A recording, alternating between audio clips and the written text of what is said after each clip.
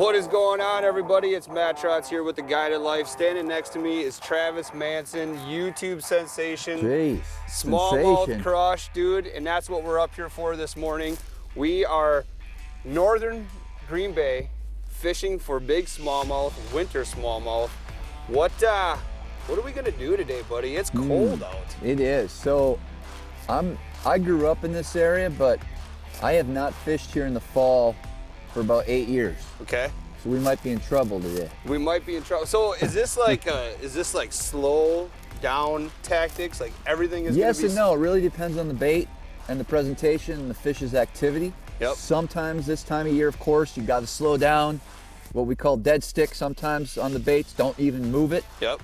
But that's a technique that works even in the summer months. Right. So depending on what we're using, if we're using soft plastics, we're gonna experiment. Of course, I'm gonna start out slow, but if I can get away with covering more water, crawling the baits along the bottom a little bit faster, I will. Yep. We might be throwing some blade baits. I mean, this time of year, jerk baits come into play. Sometimes they want a long pause, 8-10 seconds. Sometimes they want to hit it on the jerk, even in these colder water temps. So, people say slow down in colder weather in the fall.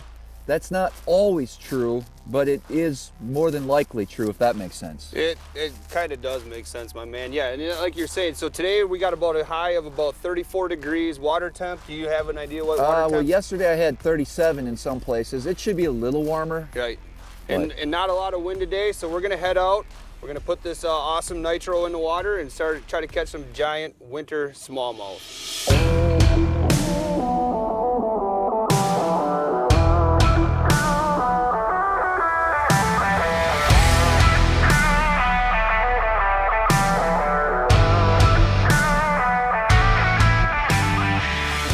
So we got out to our spot. What do we, let's break down structure and tactics to start out with. I mean, this time of year, I like to look for, just like you would in the summers, is structure. So we're fishing some scattered rock, hard cover, and these fish should be positioned. There's a breakout here, and we're kind of fishing up on the shallow side of it. And I'm gonna just attempt to, I'm just dragging a swim bait right now, and just gonna start out slow. I mean, it's cold. It's definitely in the 20s right now. I mean, it might warm up into 30s later, but it's cold. We got cold water, so and wind apparently. Yep. Always. So just dragging. Yeah. So I'm using a 7-foot medium light rod. I'm sorry. This one's a 7-foot medium. Gotcha. I have 8-pound Power Pro to 8-pound fluorocarbon leader. Yep. Just on the jig head. This is a Z-Man minnows. And I'm just going to be dragging this across the bottom. Are you trying to match Goby? Yeah, a little bit. Okay. Definitely. That's what they're feeding on for the most part. Gotcha. There might be some smelt alewives, stuff like that, but yeah, they dig the Goby. All right, man, let's get to it. How important is graphs on a situation like this? Today, not that. It's important, but I'm not really looking for a specific fish today. I'm just looking for the structure with it. Just keeping you on the structure. Yeah. Got him. Hooked up. Not the biggest smallmouth in the world, but it's a start.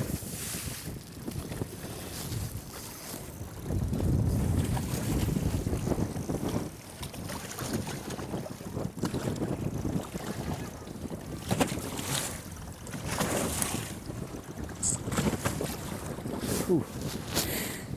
There we go. Back up a little bit. Well, we can get them to bite in this cold weather.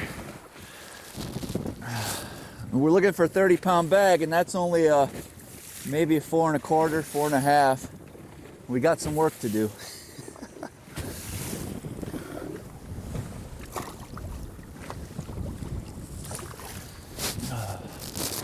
Never would have thought deer hunting weekend or week of Thanksgiving, I'd be out on open water chasing giant smallmouth with Smallmouth Crush himself. Huh. The legend. I'm dragging a get bit tube. He's fishing some Z-Man. And so far he's winning.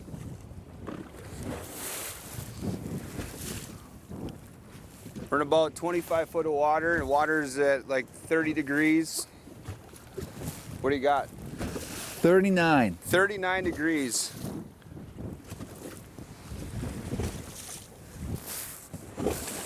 I got an idea. Travis, I got an idea. What's that? What time is it? It is, I don't know. Let me check for you. You want to go head to head for an hour? Yeah, let's go. 9:10. So you want to start 9:30? Sure. All right. Oh God, what an idiot. Well, first we gotta catch a few. Well, right, that's what I'm saying. We'll go 2 hours head to head from 9:30. Don't know what I'm getting myself into since I've never done this before. Yeah, you ain't gonna like that once I pull out my. I'm hoping that beginner's luck is on my side.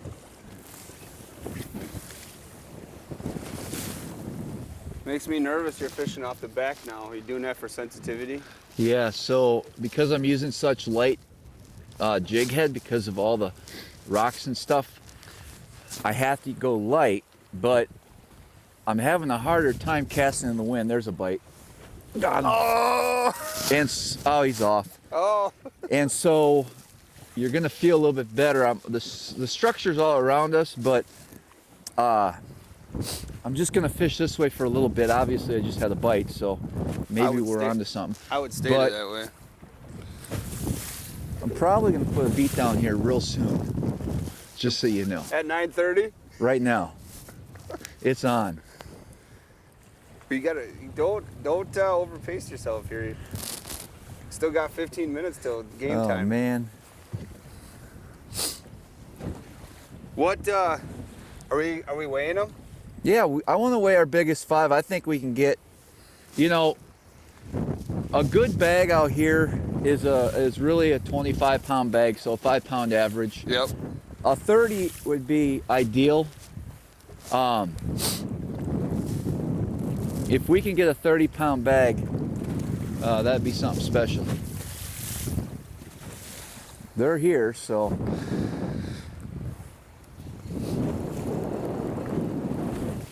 So if you continue to catch them, what pocket are those Z-Man baits in? Yeah, so I don't have a lot of those left, actually. I got a bait that I want to You gotta get bit tube on, right? Yeah, You'll man. be just fine. I got a secret bait that I want to try that. Sometimes, though, I like to switch things up, give these fish a little different look, you know? Right. You ever fish this bad baby? Sure. Oh, A spider grub? yep. You got a heavy enough head? Yeah, I got a couple of different selections So in this here. time of year, guys, scent's important as well because they are biting light. I keep them, I use Z-Baits, makes a really cool scent. Bass syrup, it's called. It smells bad. Like bad. Like you get a lot of scents and it doesn't smell like anything real. This thing smells like a bunch of crawfish died in your live well on a 100-degree day in July. You know what I mean? Yep.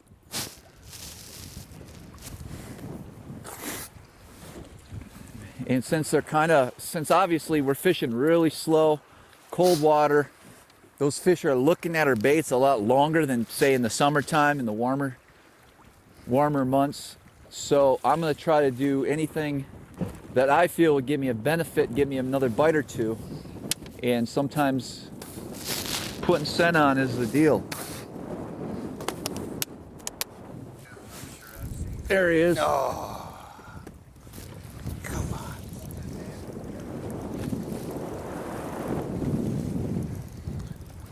9:21. Play it till 9:30.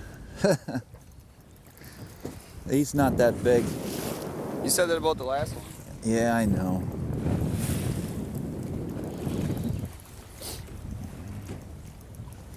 No, he really isn't that big. Not big at all, guys.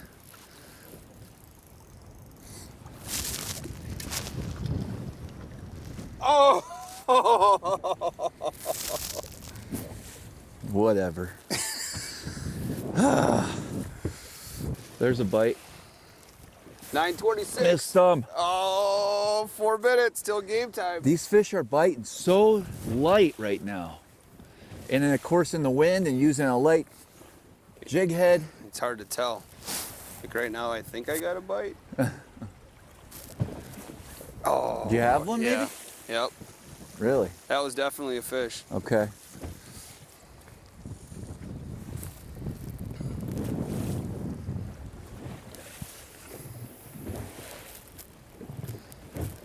There's a bite.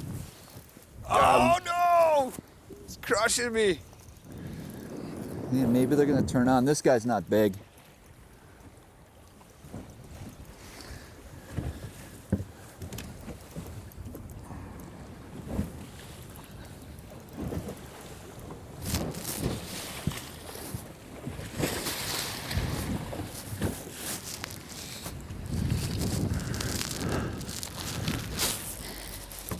Another little guy. But it's a bite. That's right. Nice.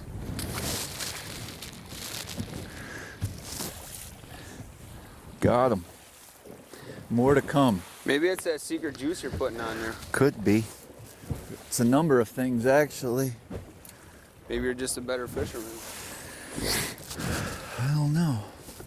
Let me get a couple big ones. Then we can talk. These little ones don't count. Come on, fish. I'm just dragging this real Oh, come on, dude. slow over these rock piles here. Trying to feel.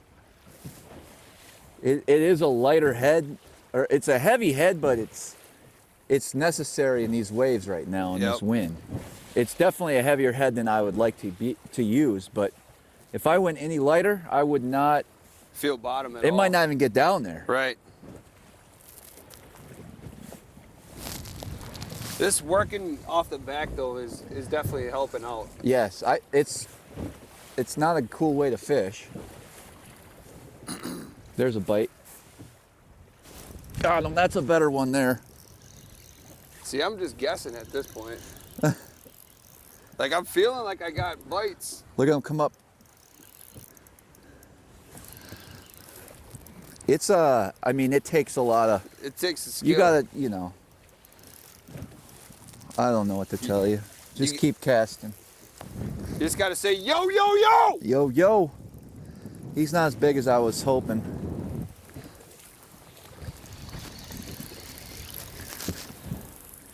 Not big at all, bro. This is. Oh, he's gonna boat flip it. He's right on the edge of boat flipping. It's 9:30, by the way. Let's go head to head. 9:30 right now. There he is. There's the first one. Little guy. You gonna weigh it? Nah. We're going head to head though. 3 pounds. Let's our biggest 5 or whatever. Oh, we're going 5? Or numbers. Let's go numbers. Let's go easy. numbers. All right, 1. He's up to 1 now on me. Gosh darn it. Keep track. Where's the ticker? Gosh. 1. 1. Uh-oh. No. No? Maybe. I'm guessing, bro. It's hard, dude. It's hard to feel the bite. And then sometimes you think it is, and then you wait too long, and then they spit it, or you get a stupid hook set. A sensitive rod's important. I am, like when it comes to my equipment, I don't mess around, right? Yep. The Legend St. Croix Extremes that they no longer make, in my opinion, is the best rod out there. I have not found a better sensitive rod. And I've tried a lot. At this point, I'm going with the hook sets are free model. Look at that line though. Look at that line just getting gnarly. Yeah, you're gonna have to retie that. Otherwise you're gonna break on the next hook set. Look at this. Before I fall off again, look at that line. Look how gnarly that is, just from dragging bottom. Dragging cover. That's so crazy. Oh, downtime, penalty. So Travis, how long have you been rocking as a YouTube guy? So I started the YouTube channel almost maybe 2.5 years now, 3. No downtime. So it's a slow process, you know. This one ain't big. No downtime, new rod. I'm just glad I'm starting to get bites. Now we just got to try to get these 5 and 6 pounders, you know.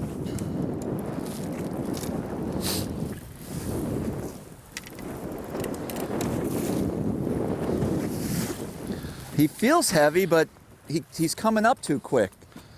So I got to put my St. Croix back in my hand so I can get the sensitivity like you are. Ooh, He's not that big.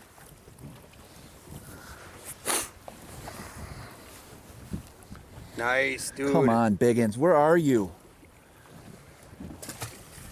Two. Just getting manhandled out here.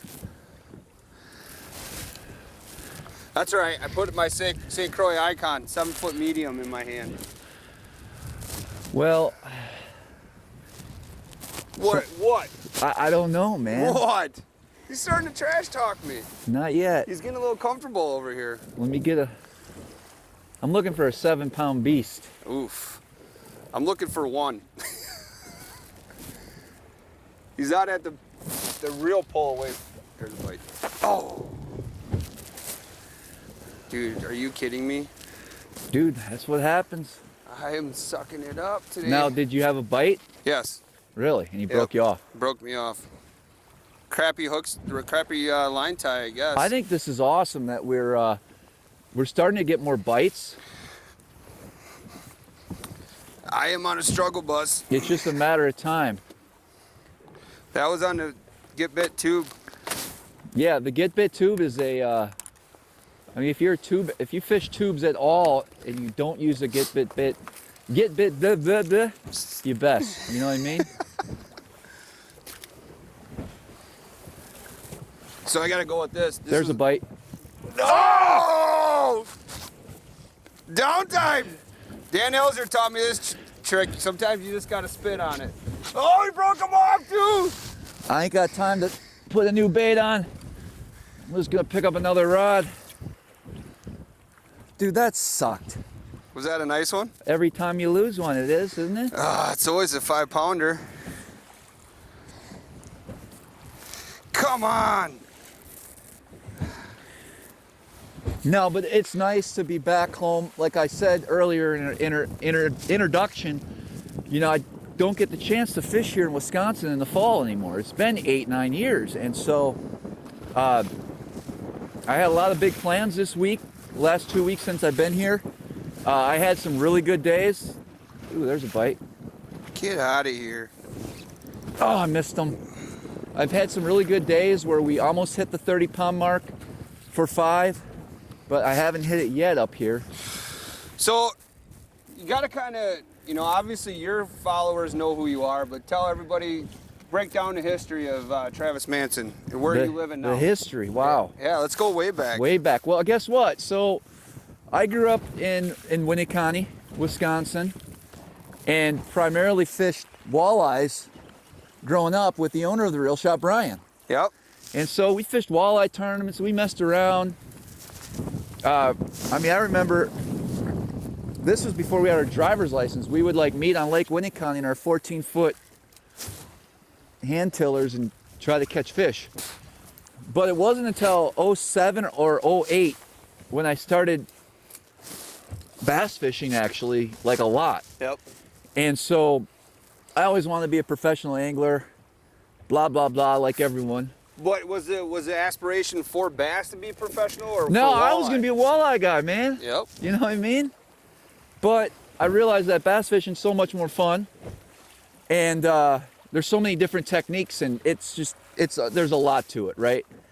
And so the next step in 09, I started fishing tournaments on Lake Winnebago and catching a few fish. I still didn't know what I was doing, dude. You know what I mean? Yep.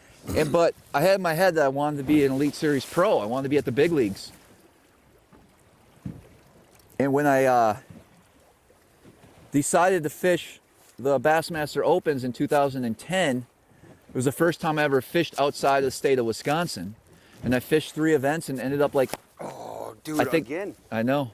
I got broke off again. You will. There's no way those knots are failing. Third or fourth in points. And then the following year, like I'm fishing the Elite Series now, dude, which is crazy. Oh my God, there's no way. I'm fishing against the guys like Mike Iaconelli, Skeet Reese, Kevin Van Dam on bodies of water I've never been to. Oh, crap. No experience whatsoever. I had no reason to be there. You know what I mean? Like, I was pretty, if I knew what I know now back then, it'd be a different story. But I was only 2 or 3 years into bass fishing, and now I'm competing against all those guys.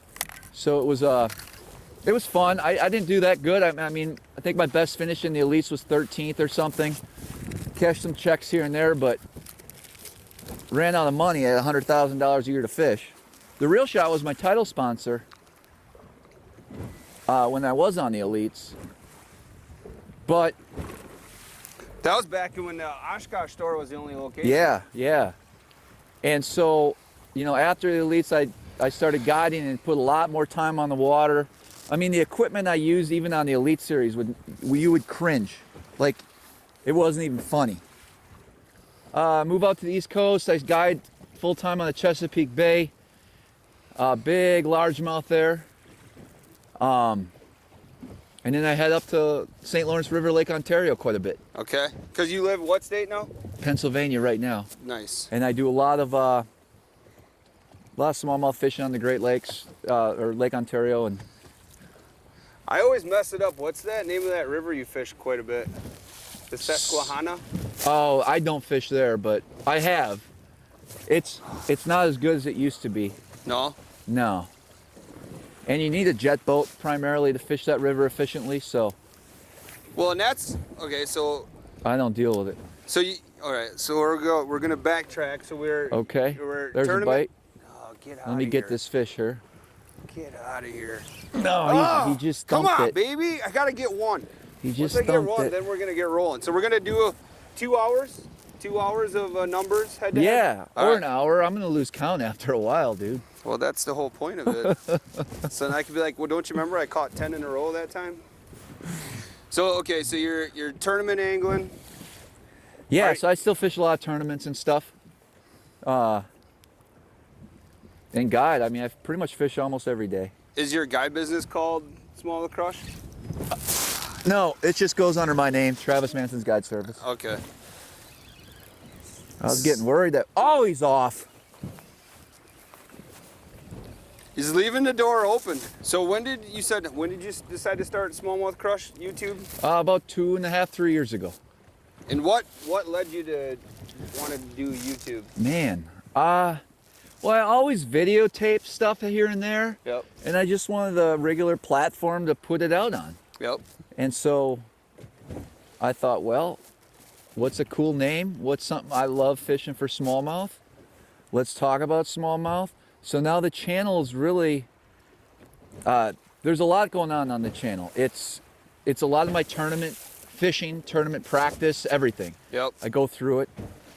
Then there's a lot of how-tos. Then we also, we're gonna start back up, but we do a live once a week that we're gonna be starting in December again, which was a pretty big hit. Oh! Like podcast type stuff or what? Well, yes. We do have a podcast coming up, but it's more just a YouTube live that we do in the studio. Me and Epic Eric. Yeah, that guy seems like he's a real blast. Yeah, he knows what's up at times, although the latest YouTube video, snag. Yeah, I was gonna say. We were jerk baiting, and he had a tough day, but he can hold his own. We'll be over here watching my rod, dude. I'm just making sure. That's what a guy does. That's he tells true. you when to set the hook. That's true. Well, here, tell Hey, me. you got a bite, mister. You might want to pull back. Tell me when I got a bite now, and let me know. So then, now that's your full-time gig, right? Yeah, a lot of guiding. Well, you know, the tournament angling was pretty good. A little bit of income too, but I didn't do it as much this year, just because of some of the ways things went down with some of the organizations, and then, of course, all this other stuff. But right. I was able to, I fished one series. I fished the ABA back home and almost won the championship, lost by like an ounce. So, but that got me to whatever that is, that Ray Scott championship next April. Okay. That's like for $100,000 down in Tennessee or something. So are you fishing that then? Yeah, I qualified for it. So I'm gonna go see what happens down there. So what's your main line? How many pounds did you say that was? So it depends on these medium rods. I like 8-pound braid. On my medium lights, I like 5-pound braid. Really? Yes. Certain brand you're loyal to, or right now it's been Power Pro. I haven't found a better one out there yet. Hey, I tell you what though. So the other day I went to the Reel Shot and I bought those shiver minnows. Yeah. Yesterday, I tie one on. I see one on the graph. My first cast with it drops straight down. I go to lift up and there he was. No way. Biggin. Yeah. So guess what? That's what you're thinking about? Not here, but too many rocks down yeah, there. but there's going to be a time and place for that bad boy in my arsenal for sure, especially on Lake Ontario. Oh man, I am dejected right now. Because I understand we're using a lot of plastics, obviously today, but a blade bait, a silver buddy would definitely work as well. So YouTube, and I mean that's a lot of work, right? Yeah, it can be. How do you come up with content all the time? Honestly, I don't. I just go out and start fishing, and then whatever's working that day, we talk about. So then, are you recording most of your trips nonstop? Yeah, every time I go out, and then we just put something together, you know. Yep. I really enjoy just the tournament videos because that's just press and play. You know what I mean? I go out and do my job and hit record. Yep. And some of the drama and stuff is captured. Yep. The how-tos, that gets kind of old. Well, here's how you rig a Senko. Why? Those are the videos that I watch the most. I know, that's what people like, but I don't mind doing it. I'm just saying they're not the most fun videos to do. Oh, no, I get you. I should make one on how to cast, apparently. Oh, jeez. I swear to God, I just saw like freaking the hook right in front of my face. Are you guys watching this? Like I'm getting sabotaged here. Well, I just wanted a different angle. Oh yeah. Here's what's happening, guys. So my knot actually is not the best. My braid to fluorocarbon leader knot is not the best, so it's getting caught when I'm making a cast and hitting people in the face. Yeah, I may or may not have put a couple nicks in your line. God. I was stuck in rocks, shaking it, and a lot of times, that's when you get a bite. More than you think, you know. You gotta be prepared for that. Yep. If that bait can come off, snap off, that's when they